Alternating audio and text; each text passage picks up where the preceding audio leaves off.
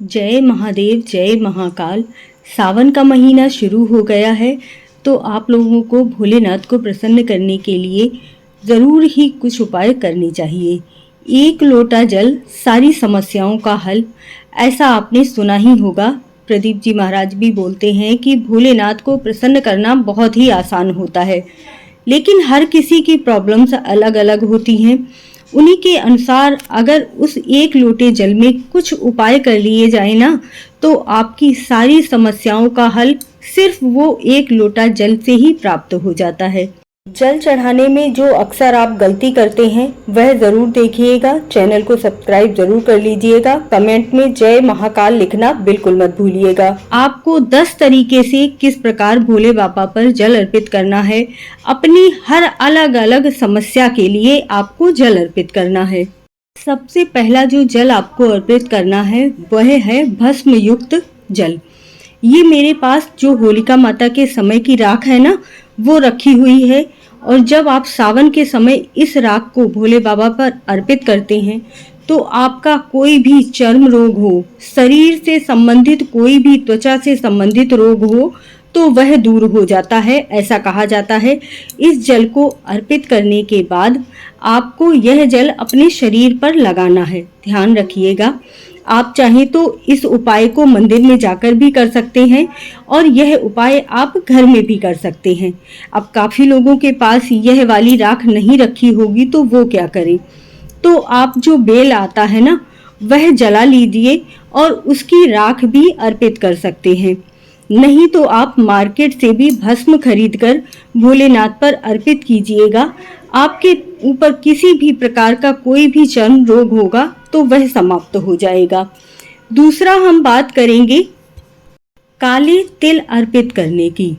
तो जब आप जल में थोड़े से काले तिल डालकर भोले बाबा को अर्पित करते हैं, तो आपके परिवार में किसी भी प्रकार का पितृदोष हो वह समाप्त हो जाता है। बच्चों की कोई भी नौकरी नहीं लग रही है, जॉब नहीं लग रही है, उन्हें सफलता नहीं मिल रही है, वह सब कार्य आपके बनने शुरू हो जाते हैं। क्योंकि पितृदोष का जो उपाय कर लेता है ना इस सावन महीने में, उसकी सारी परेशानियां ही दूर हो जाती हैं। तीसरा जल जो आपको समर्पित करना है वह है तीर्थ स्थान का जल। गंगा जल ले लीजिए, सबसे पवित्र माना जाता है। आप चाहें तो पूरे 30 दिन तक भोले बाबा पर गंगा जल अर्पित कर सकते हैं, नहीं तो सोमवार के दिन तो अवश्य ही गंगा जल अर्पित कीजिएगा। ध्यान रखिएगा, जब तक आप जल अर्पित कर रहे हैं तो भोले बाबा के नामों का जाप अवश्य करते रहिएगा। इसके बाद आपको अर्पित करना है कपूर युक्त जल। यह जल शिव भगवान को सबसे ज़्यादा प्रिय होता है और उन्हें शीतलता प्रदान करता है। इस जल को अर्पित करने से आपके घर की सारी निगेटिव एनर्जी दूर हो जाती है, आपका घर पवित्र हो जाता है जब आप भोलेनाथ के नामों का उच्चारण करते हुए यह कपूर युक्त जल भोले बाबा पर अर्पित करते हैं।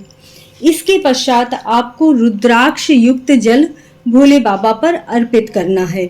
ऐसा करने से आपकी जो भी पूर्वज हैं जो तरे नहीं हैं, वह कोटि कोटि पीढ़ियां तक तर जाती हैं यदि आप रुद्राक्ष से जल डालकर भोले बाबा पर अर्पित करते हैं। मैंने आपको जैसा बताया कि आप चाहें तो इन उपायों को मंदिर में जाकर भी कर सकते हैं, नहीं तो घर में भी कर सकते हैं। पांचवा जो जल है, मुझे याद नहीं है कौन सा नंबर है, लेकिन आप समझ लीजिएगा, आप शक्कर युक्त जल भोले बाबा पर जरूर ही अर्पित कीजिएगा। इससे आपके पारिवारिक जीवन में मधुरता आती है, सुख शांति आती है, कलह दूर हो जाती है। पांचवा या छठा जल जो है वह है गुड़ डालकर या फिर गन्ने का रस डालकर आपको भोले बाबा पर जल अर्पित करना है। ऐसा करने से आपके घर में धन का कभी अभाव नहीं होता, आप कभी कर्ज की समस्या से नहीं जूझते। इस पूरे माह इस तरीके से आपको गन्ने का रस मिल जाए तो गन्ने का रस भोले बाबा पर अर्पित कीजिएगा, नहीं तो गुड़ डालकर जल जरूर अर्पित कीजिएगा। अगला जो जल आपको भोले बाबा पर अर्पित करना है वह है पंचामृत स्नान करवाना। मैं उसकी पूरी डिटेल वीडियो डाल चुकी हूँ, तो आप जाकर जरूर देखिएगा। पंचामृत अभिषेक करने से भोले बाबा बहुत ज़्यादा प्रसन्न होते हैं। कैसे करना होता है?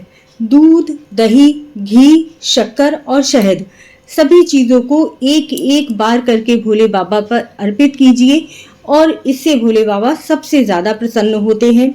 आपकी कोई भी आर्थिक समस्या हो, घर से रिलेटेड समस्या हो, घर में नकारात्मक ऊर्जा हो, सब दूर हो जाती है। अगला जो जल आपको अर्पित करना है वह है बरसात का जल। इस समय बारिश भी चल रही है और यह जल भोले बाबा को सबसे ज़्यादा प्रिय होता है। आपके बच्चे बहुत ज़्यादा गुस्सा करता है, उसकी जड़ बुद्धि है, तो आप इस जल को भोले बाबा पर ज़रूर अर्पित करवाइएगा। अपने बच्चों के हाथों से करवाते हैं ना, तो आपको इसका बहुत ज़्यादा लाभ होता है। इस माह ये कार्य आप अपने बच्चों से ज़रूर करवा लीजिएगा। देखिए, छोटे छोटे सा ही उपाय हैं, लेकिन बहुत ही कारगर उपाय हैं, ज़रूर कर लीजिएगा। आप इसे सिर्फ एक वीडियो की तरह मत देखिए, मेरी और भी वीडियोस देखिएगा। बहुत सारी चीज़ें जो घर से रिलेटेड हैं, घर के ही छोटे छोटे उपाय हैं, उन्हीं में से मैं बताती रहती हूँ और बहुत पुराने उपाय हैं, हमारी दादी नानी के समय से चले आ रहे ये उपाय हैं। अगला जो जल आपको अर्पित करना है वह है शहद का।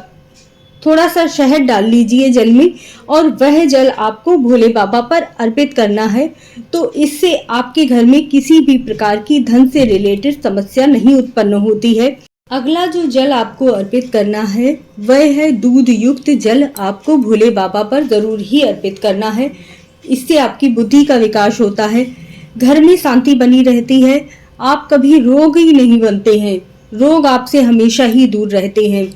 ध्यान रखिएगा, आप जब भी मंदिर में जल अर्पित करते हैं तो कभी भी खाली लोटा घर लेकर मत आइएगा, और जो भी आप जल लेकर जा रहे हैं, चाहे सादा जल लेकर जा रहे हों, आपको जल हमेशा अपने घर से ही लेकर जाना है।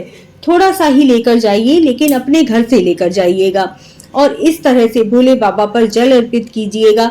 शिव चालीसा का पाठ कीजिएगा, भोले बाबा के नामों का जाप कीजिएगा और भोले बाबा से आशीर्वाद प्राप्त कीजिएगा। और भी इसी प्रकार के बहुत से जल हैं, जैसे कमल गट्टा डालकर जल जरूर अर्पित करना चाहिए। लक्ष्मी माता को विशेष प्रिय होता है, इसीलिए कमल गट्टा डालकर आपको प्रतिदिन लक्ष्मी माता को प्रसन्न करने के लिए और भोले बाबा को प्रसन्न करने के लिए भोलेनाथ के शिवलिंग पर आपको जल अर्पित करना है। और अक्षर डालकर, ध्यान रखिएगा, साबुत अक्षर डालकर आपको भोले बाबा पर जल अर्पित करना है। जल अर्पित करते हुए आपको ध्यान देना है कि आप जो जलधारा डालेंगे ना, वह टूटनी नहीं चाहिए, क्योंकि भोलेनाथ को खंडित जलधारा बिल्कुल भी प्रिय नहीं होती है। तो जब भी आप जल अर्पित करें ना, तो हमेशा ध्यान रखिएगा, एक धार से वह जल भोले बाबा पर अर्पित होना चाहिए। जल अर्पित करने के बाद आपको अच्छी तरह से जो घर में शिवलिंग है उसे पोंछ जरूर लेना चाहिए। इसके बाद उन्हें सिंहासन पर विराजमान कीजिए, उसके बाद चंदन तिलक आदि कीजिए। उसके बाद भोले बाबा की किस तरह पूजा की जाती है वह मैं अपनी अगली वीडियो में बताऊंगी, क्योंकि नहीं तो ये वीडियो बहुत ज़्यादा बड़ी हो जाएगी, फिर आप इस वीडियो को उतना प्रिय तरीके से देखेंगे नहीं। तो वीडियो यहीं समाप्त करती हूँ, अगली वीडियो ज़रूर देखिएगा। जय श्री कृष्णा, जय राधे राधे। मुझसे जुड़ने के लिए धन्यवाद।